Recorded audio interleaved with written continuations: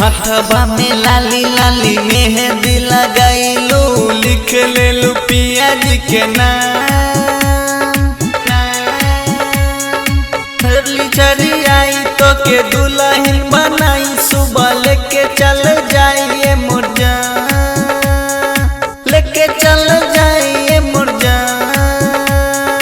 हथवा में लाली लाली मेहंदी लगाइलू, लिख लेलू पिया जी के नाम। रतिया में आई तो के दुल्हन बनाई, सुबह लेके चल जाइए मुर्जा।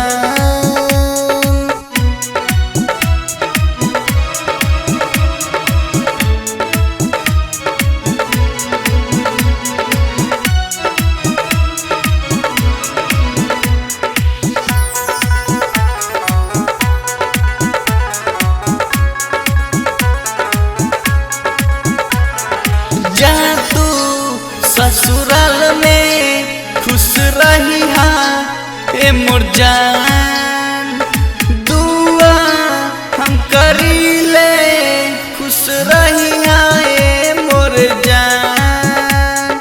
लाली लाली हथवा में मेहंदी लगाइलू, लिख लेलू पिया जी के नाम।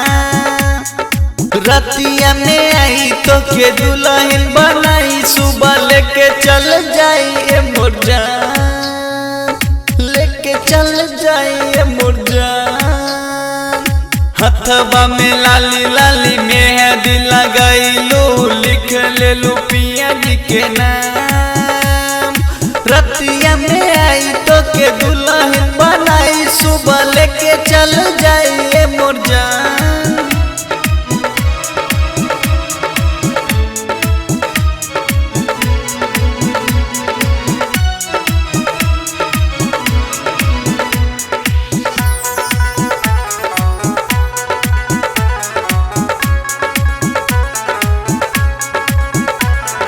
दिलवा धड़का के जात बारू मुस्का के, बोला ना दीवाना के गोरी कबले तर पैबू हो।